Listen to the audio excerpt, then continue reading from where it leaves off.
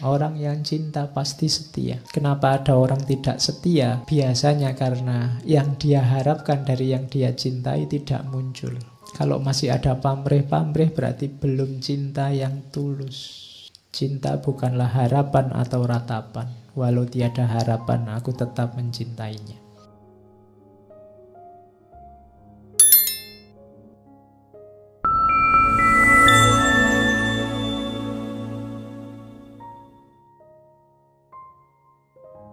Oke, bismillah.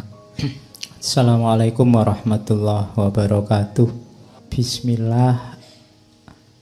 Mari kita mulai lagi ngaji filsafat kita. Oke. Ini pelajaran dari Majnun lagi, bahwa cinta itu kebebasan. Wahai Laila kekasihku, berjanjilah pada keagungan cinta agar sayap jiwamu dapat terbang leluasa. Melayanglah bersama cinta laksana anak panah menuju sasarannya. Cinta tidak pernah membelenggu karena cinta adalah pembebas yang melepaskan simpul-simpul keberadaan. Cinta adalah pembebas dari segala belenggu. Jadi contoh paling mudah, di mana sih pembebasannya cinta itu? Majnun tidak lagi terikat oleh apapun selain cintanya. Dia rela kehilangan bahkan keluarganya, apalagi posisinya sebagai putra mahkota, apalagi kedudukannya, teman-temannya. Dia enteng saja melepaskan semuanya. Itu menunjukkan bahwa cinta itu membebaskanmu dari apapun, bahkan contoh paling kecil lagi, bahkan membebaskanmu dari dirimu sendiri. Cinta membuat orang tidak egois. Kalau masih egois, masih belum cinta. Masih egois itu kan masih berpikir tentang dirinya sendiri terus. Perhitungan apa yang enak, apa yang menguntungkan bagiku. Tapi orang yang jatuh cinta tidak. Makanya katanya Majnun, cinta itu membebaskan manusia. Kalau kita semua menggunakan relasi cinta, mungkin hari ini nggak sepanas ini, nggak sesumpek ini. Kampanye itu mungkin juga nggak panas kalau saling mencintai. Mungkin yang satu bilang, ya kalau beliau mau jadi presiden, ya monggo saya persilahkan. Nanti yang satunya bilang, jangan gitu, saya ndak enak. Sampean juga ndak apa-apa, silahkan jadi presiden. Yo, bayangkan loh kalau yang kampanye kayak gitu kan enak, kita bisa ketawa-ketawa bareng. Oke, sekarang kan saling rebutan. Kalau cinta saling membebaskan. Terus, walau dalam cinta setiap cawan adalah kesedihan, namun jiwa pecinta akan selalu memberi kehidupan. Jangan takut sedih, jangan takut ganjalan, jangan takut penderitaan. Karena cinta akan selalu memberimu hidup. Oh, yang pernah jatuh cinta kemudian patah hati bisa memahami ini. Kesedihanmu itu yang luar biasa itu. Itulah yang menghidupkanmu lewat kenangan-kenangan, memori-memori. Indah loh. Kenangan itu kan membuatmu kangen, membuatmu rindu, membuatmu ingin ketemu lagi, ingin hidup sebelum bersama dia. Jadi cinta itu sakit, tapi sakitnya cinta itu ngangen nih.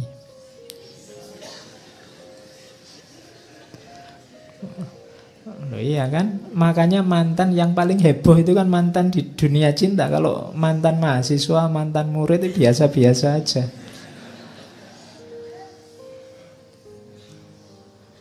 Banyak racun yang harus kita telan untuk menambah nikmatnya cinta. Atas nama cinta, racun yang pahit pun terasa manisnya. Jadi kalau ini yang alami pasti tahu. Orang lain melihat itu, kamu itu ndak capek, kamu itu ndak males toh, kamu itu kok mau-maunya toh. Itu kan bagi orang lain itu racun-racun. Apa enaknya. Tapi bagi yang ngalami, itulah nikmatnya cinta. Jadi itu pelajaran dari Majnun. Terus, bertahanlah kekasihku, dunia diciptakan untuk kaum pecinta. Dunia ini ada karena cinta.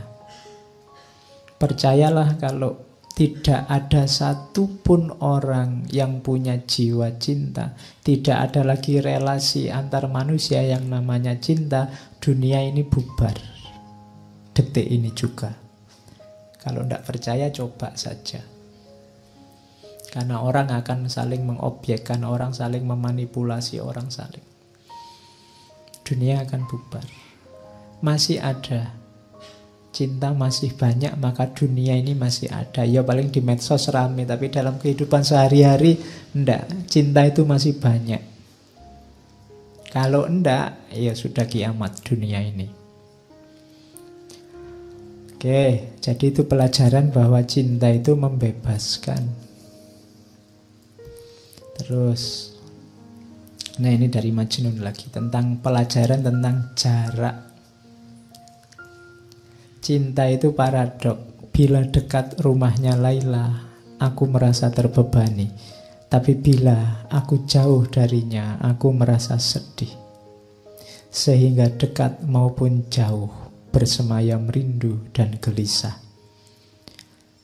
Saat dia berjanji, cintaku kian menggebu menanti. Saat dia tidak janji, aku mati menanti datangnya janji. Sehingga jauh maupun dekat, hanya dia di angan. Namun jarak dekat atau jauh belum menyembuhkan apa yang kami rasakan.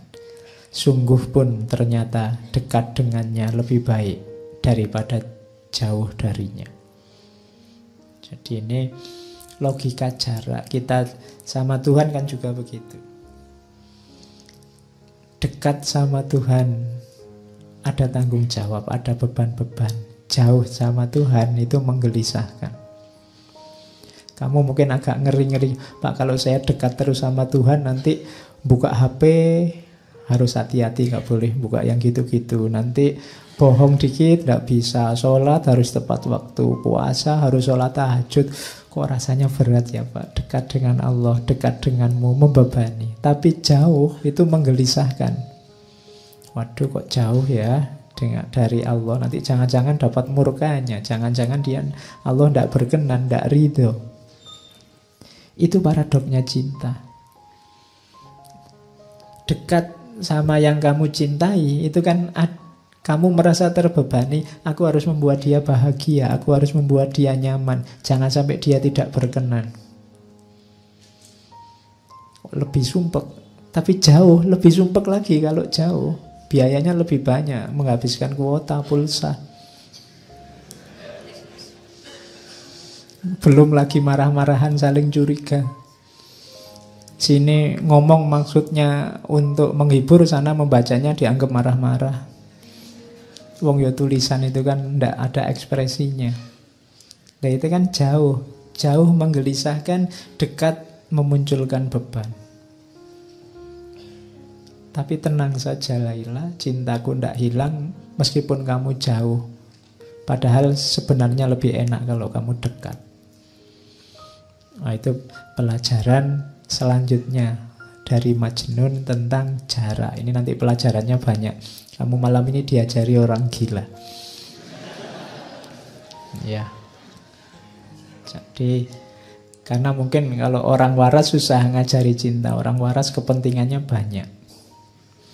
Melakukan apa-apa sering tidak tulus. Beda sama orang gila.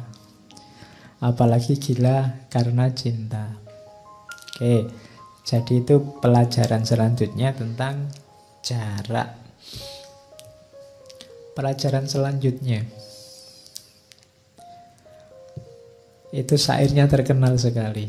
Amurru alat diyari diyaro laila uqabbilu dzal jidar wa dzal jidar Wama hubbud diyar syahfana qalbi walakin hubbu man sakanat diyar. Jadi Majnun ini hobinya apa? Kalau pas sepi tidak ada orang, dia mengendap-endap datang ke rumahnya Laila, nempel di dinding terus menciumi dinding rumahnya Laila. Oke, berarti kamu tadi yang terpesona oleh sandalnya, ya berarti menciumi sandalnya. Jadi aku berjalan amurru ala diyar, aku berjalan melintasi rumahnya Laila. Terus kucium dinding itu, kucium dinding itu. Semua sudut-sudut rumah, dinding-dindingnya diciumi. Cinta di dadaku bukanlah untuk dinding rumah, namun cinta pada siapa yang tinggal di dalamnya. Ya, oke. Ya, ya kalau nggak tahu rumahnya ya nanti dinding kampus.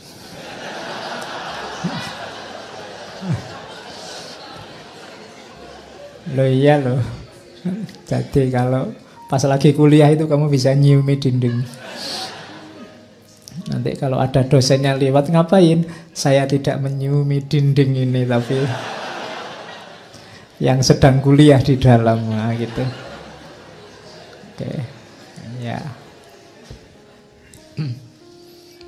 Jadi apa? Ini pelajaran dari Nizami.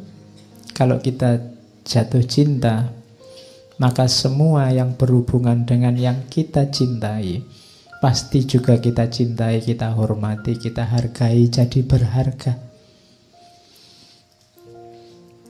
Berarti apa? Kalau kita cinta sama Allah, pasti kita juga memuliakan dan menghargai semua yang berhubungan dengan Allah. Apakah itu manusia, apakah itu binatang, tumbuhan, alam semesta. Konsekuensi dari mencintai Allah pasti mencintai semuanya, karena dalam semuanya ada tanda-tanda kehadiran Allah. Temboknya Laila adalah tanda adanya Laila.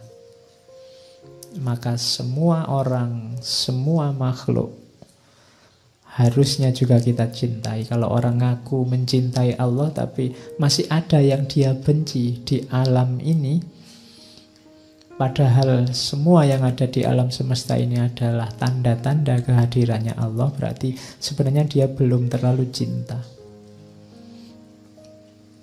Jadi cinta pasti tidak menyisakan kebencian apapun. Kalau itu cinta pada Allah, tidak mungkin kita ada benci pada apapun yang bukan Allah. Karena yang bukan Allah itu kan juga berhubungan dengan Allah. Jadi ini, kisah ini pelajaran dari Qais bahwa semua yang berhubungan dari Laila adalah manifestasi kehadirannya Laila. Dia hormati, dia hargai, dindingnya dia ciumi. Oke. Terus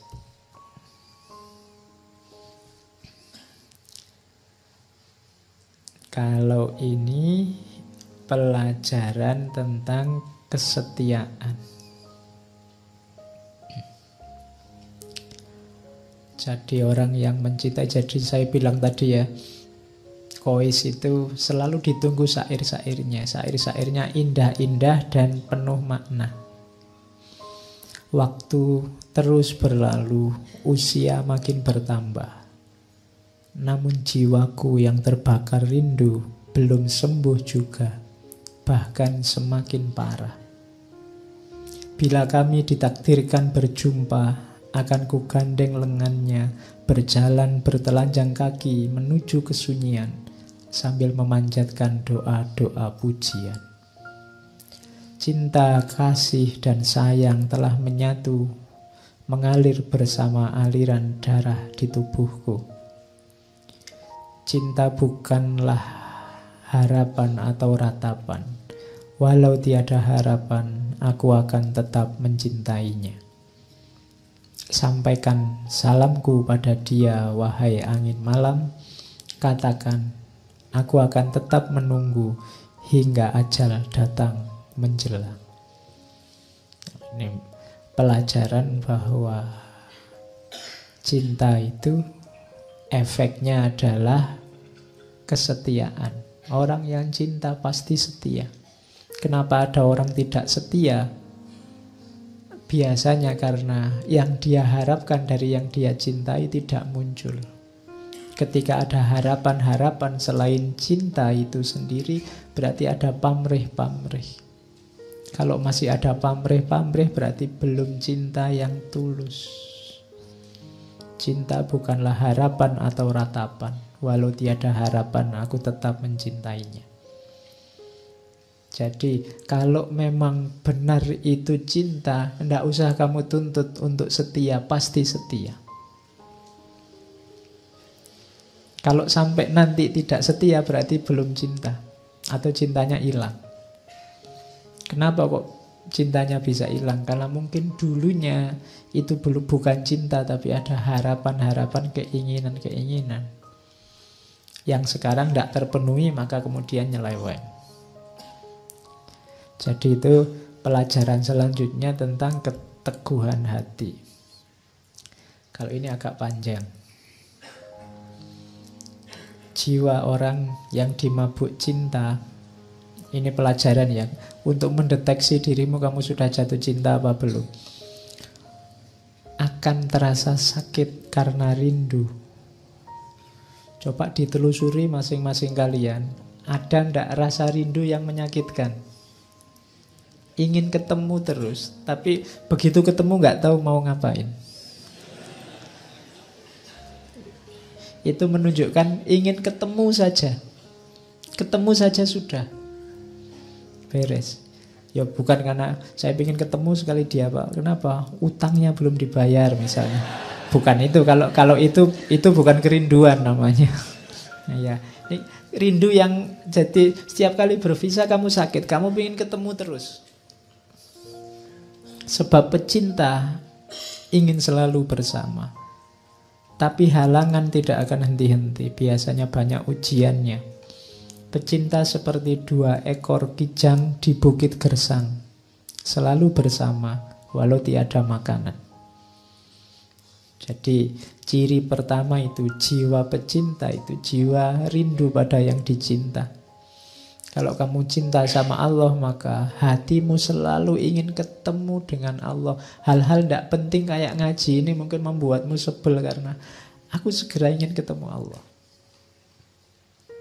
Atau seperti burung merpati, walau terbang bebas di angkasa luas, tetap saja kembali pada kekasihnya. Atau laksana ikan tuna, tetap tabah walau dipermainkan gelombang, timbul tenggelam di lautan. Ciri cinta yang kedua adalah apapun aktivitasmu, kamu mengalami apapun, pada akhirnya kamu ingin kembali pada yang kamu cintai. Ujian apapun, masalah apapun, silahkan datang, tapi tujuanmu tetap kekasihmu. Berarti jiwamu jiwa pecinta. Walau selalu dicaci dan dicela, batin menjerit, tubuh binasa, meski lapar dan disia-siakan, namun jiwa pecinta akan selalu memaafkan. Itu cinta. Pecinta tidak membutuhkan pujian. Ciri selanjutnya, kalau masih nunggu dipuji, wah kamu setia sekali, wah kamu, aku capek-capek jemput kok kamu gak terima kasih, itu belum cinta. Ya, masih butuh pujian. Dan pengorbanan pecinta tidak akan sia-sia.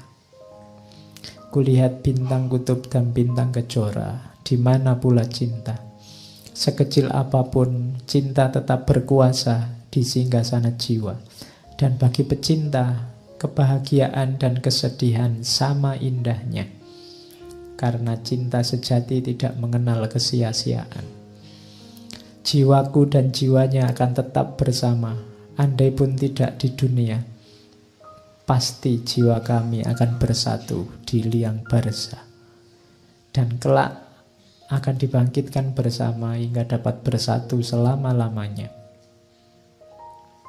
Oke. Mataku berkorban untuknya dengan segenap curahan air mata, berharap liang lahatnya adalah liang lahatku, agar jenazah kita bersatu.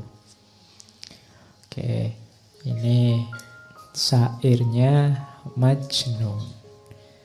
Jadi nanti Majnun ini akhirnya sangat terkenal karena syair-syair dan kegilaannya. Semakin dia terkenal dengan kegilaannya, semakin marah keluarganya Laila dan semakin gelisah keluarganya Majnun. Dan itu nanti beban tersendiri bagi mereka berdua. Bahkan nanti di antara keluarganya Laila ada yang ngancam, dibunuh saja enaknya orang ini, bikin masalah saja. Oke.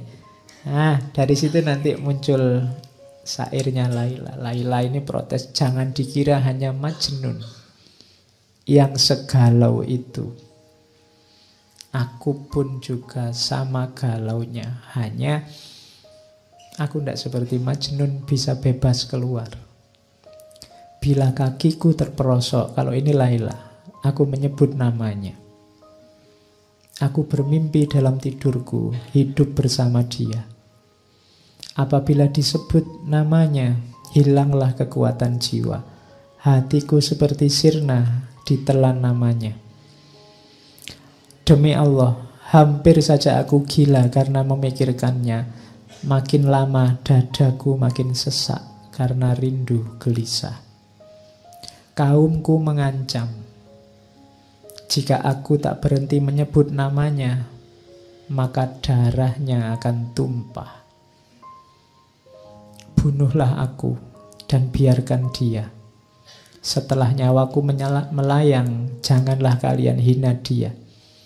Cukup apa yang ia derita karena cinta. Mungkin ia akan menuduhku tidak setia dengan janji, dan aku tidak akan mampu mencegahnya. Ku campur tinta dengan air mata untuk menulis surat padanya. Inilah saat kukuburkan jiwaku untuknya. Aku khawatir jika ajalku tiba, tak dapat memandang wajahnya. Ini Laila. Jadi dua-duanya sedang gelisah. Suatu ketika ayahnya Majnun ini menjemput anaknya, mencari, ketemu, dijemput, dibawa pulang. Kemudian pokoknya diciptakan suasana yang sekiranya membuat Majnun lupa dengan Laila.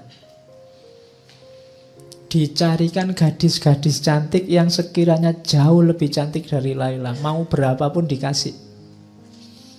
Saya tidak tahu kalau kamu imanmu kuat tidak digituin. Jadi dibikinkan pesta tiap malam. Targetnya satu, tinggalkan Laila. Saat ini juga. Tapi Majnun tidak mau. Jadi katanya Majnun ini mewanti-wanti Laila. Kalau aku tidak mau digituin, ingat-ingat Laila maksudnya itu. Mungkin engkau diberi 2 cawan minuman, 1 cawan kebencian, agar engkau lupa padaku, yang 1 anggur kesenangan, agar engkau menerima orang lain sebagai gantiku. Duhai kekasihku, ku ingatkan dirimu, jangan rusakkan ikatan yang orang lain selalu ingin menyempurnakan. Kelak engkau akan melihat beda antara cinta dan nafsu. Wahai Laila, nafsu akan melemahkan hati. Ia akan terus menggoda dan merayu, namun kelak akan menyesal, sedih tak berkesudahan. Jiwa yang dipenuhi kebencian tak akan pernah menjadi mulia. Ia tak akan puas bila yang diharapkan tak didapat. Bedakan cinta dengan nafsu. Cirinya nafsu akan terus menggoda, yang akhirnya adalah penyesalan. Sedang diriku Laila demi Allah, tali kasih yang telah bersemi akan kusiram dan kupupuk, agar cinta yang engkau berikan tetap terjaga selamanya. Dan aku haramkan atas diriku juga segala yang engkau tidak suka. Jadi orang jatuh cinta itu pasti tidak melakukan apa yang tidak disukai oleh yang dicintai. Kalau kamu cinta pada Allah, tidak perlu dipaksa, tidak harus ditausiai tiap hari, pasti dengan ikhlas. Kamu tidak menjalankan yang tidak disukai oleh Allah. Jangan kau biarkan jiwaku hancur karena murkamu. Orang yang cinta itu yang ditakuti satu, yang dia cintai marah padanya. Karena aku tak sanggup menerima amarahmu, bahkan gunung pun akan hancur karena kemarahanmu. Buanglah dalam dirimu segala keraguan, karena cinta tak bisa bersanding dengan kebimbangan. Aku akan selalu menjaga tali cinta kita. Walau engkau tak di sisiku, namun aku yakin cintamu selalu hadir di hatiku. Nah, ini puisi-puisinya masih panjang. Kalau ini munajat. Ini saya bilang malam-malam sendirian. Kalau Majnun ini dilakukan setiap kali dia tenaganya habis, ndak punya kekuatan lagi. Jadi Majnun ini kan jarang makan, di tengah padang pasir mengembara. Jadi tiap kali kehabisan energi kayak orang sudah megap-megap mau mati, munajat ini dilakukan. Setelah baca munajat ini kekuatannya kembali lagi. Iya. Cuma ini Majnun ya, tidak harus ditiru. Ya, katanya Majnun, Tuhan, apalagi yang dapat aku lakukan? Aku telah lelah dan tubuhku melemah. Itu, yang lemah tubuhnya, tapi lihat yang didoakan siapa? Aku memohon dengan kekuatanmu, ringankanlah langkah kaki Laila untuk menemui diriku yang tidak berdaya. Wahai Tuhan, aku adalah hamba-Mu. Apalah guna hidupku jika harus menanggung beban seperti ini? Tunjukkan kemuliaan-Mu, turunkanlah berkah-Mu agar jiwaku dapat hidup kembali, terhindar dari lembah kematian dan memperoleh kekuatan untuk melangkah menemui kekasihku. Jadi ini munajatnya. Setelah ini terus dia merasa dapat energi baru, terus kumat lagi. Ya. Jadi wahai Laila, aku tahu engkau terpenjara dalam lingkungan keluarga yang mengasihimu, tapi mengapa engkau tak hendak melihat diriku yang terlunta-lunta di padang gersang? Aku hidup terasing, orang-orang menganggapku gila, mereka menista dan menjauhiku. Duhai kekasihku, cinta telah mengambil jiwaku dan menyandingkannya dengan jiwamu. Aku tidak akan mempedulikan anggapan orang. Aku hanya memohon padamu, kuatkanlah tali pengikat jiwa kita. Jangan biarkan tangan-tangan kotor menjamahnya. Jangan kau biarkan nafsu dan kemewahan dunia melenakan jiwa kita. Cukuplah bagiku kenangan saat-saat bahagia ketika aku memandang jernih matamu, dapat menikmati madu senyummu, memandang ikal rambutmu bagai debur ombak di pantai. Biarkan kenangan itu menjadi mata air kebahagiaan, tempat istirahat musafir cinta yang kehausan. Kalimatnya abot ya.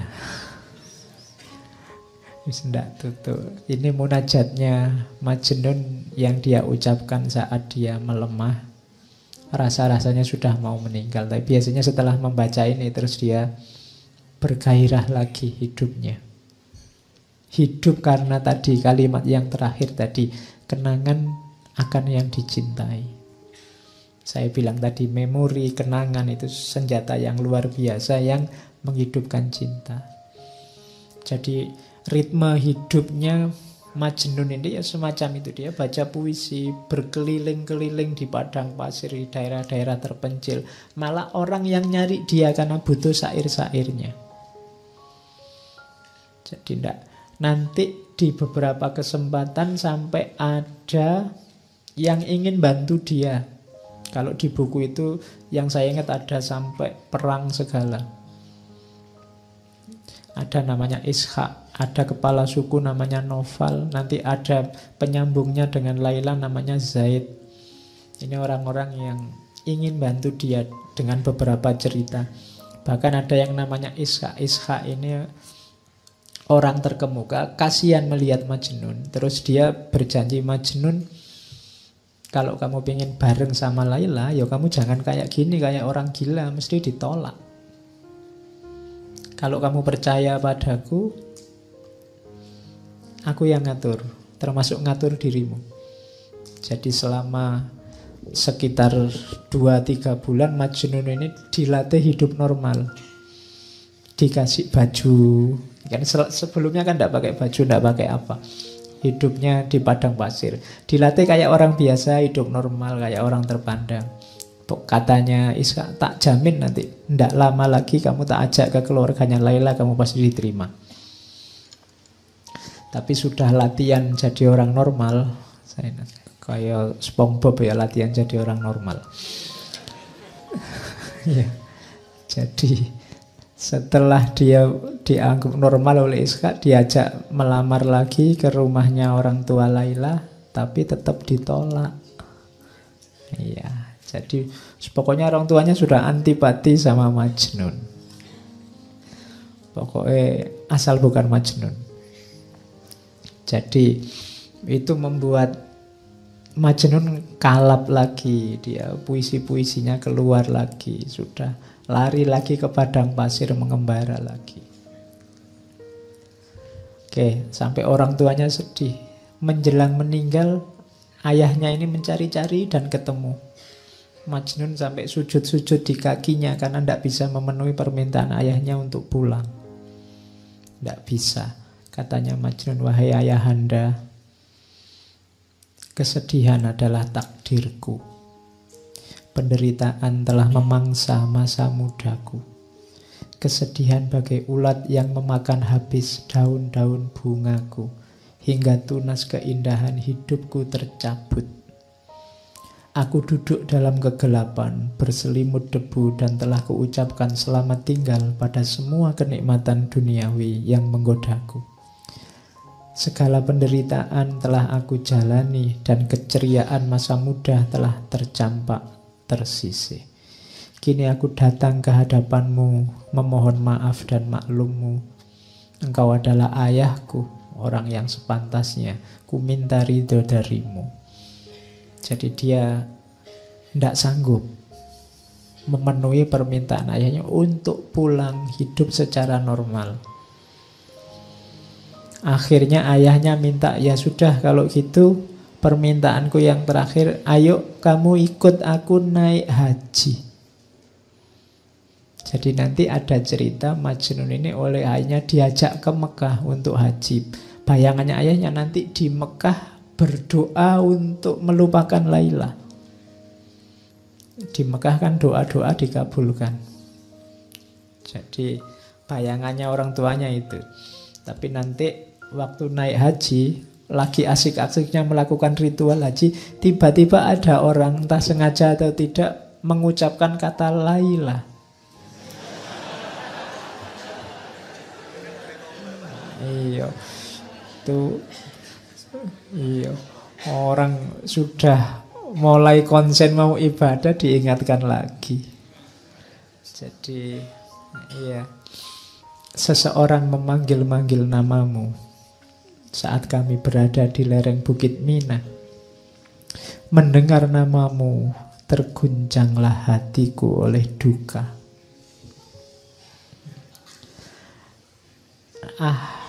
Lelaki itu tidak tahu betapa suci namamu. Mengapa ia memanggil nama Laila dengan seenaknya? Ya. Jadi iya, enggak. Apakah ia tidak tahu dengan menyebut namamu berarti ia telah menerbangkan seekor burung yang telah bersarang di hatiku? Iya. Ia memanggil nama Laila Semoga Allah membukakan kedua matanya untuk melihat betapa pesonamu yang tak akan mampu dia kira. Iya. Ya wis, kumat lagi. Sudah asik-asiknya mau ketemu Allah, mau berdoa di sana. Akhirnya begitu nyampe Ka'bah, dia pegangi pintu Ka'bah, doanya ini. Aku teringat akan dikau Laila, saat para jamaah haji sibuk berzikir. Di kota Mekah, di dinding Ka'bah, mereka khusyuk berdoa, sedang kalbuku hanya tertuju padamu. Ya Rahman, aku bertobat padamu dari dosa-dosa yang telah kulakukan dan dari dosa-dosa yang akan selalu datang bermunculan. Aku mencintai Laila, namun halangan menghadangku untuk bertandang. Aku menyayanginya dan tidak bisa berpaling dari selain dia. Bagaimana aku bisa berpaling darinya sedang hatiku telah tergadai padanya? Aku bertaubat padamu Robbi, karena padamu jua aku akan kembali. Wahai yang maha pengasih, raja di raja para pecinta, engkau yang menganugerahkan cinta ini. Aku hanya mohon padamu satu hal saja, tinggikanlah cintaku sedemikian rupa, sehingga sekalipun aku binasa, cintaku dan kekasihku tetap hidup. Jadi doanya lebih memantapkan lagi kegilaannya. Ya. Oke ya. Ini doanya yang sangat terkenal. Robbi zidni min ishkiha. Ya Tuhan, ya Allah, tambahkanlah cinta dan kerinduanku padanya. Jadi malah ingin diperdalam lagi, sudah sedalam itu. Wa in qasurat umri bil iski fazidhu fi umriha.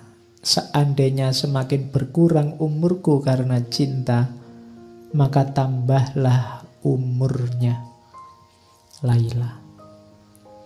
Robbi zidni li Laila hubban wala tansani dzikroha abadan. Wahai Tuhan, tambahkanlah cintaku pada Laila, jangan membuatku lupa untuk mengingatnya selamanya. Ya boleh kamu tiru nanti, nama Laila diganti pacarmu.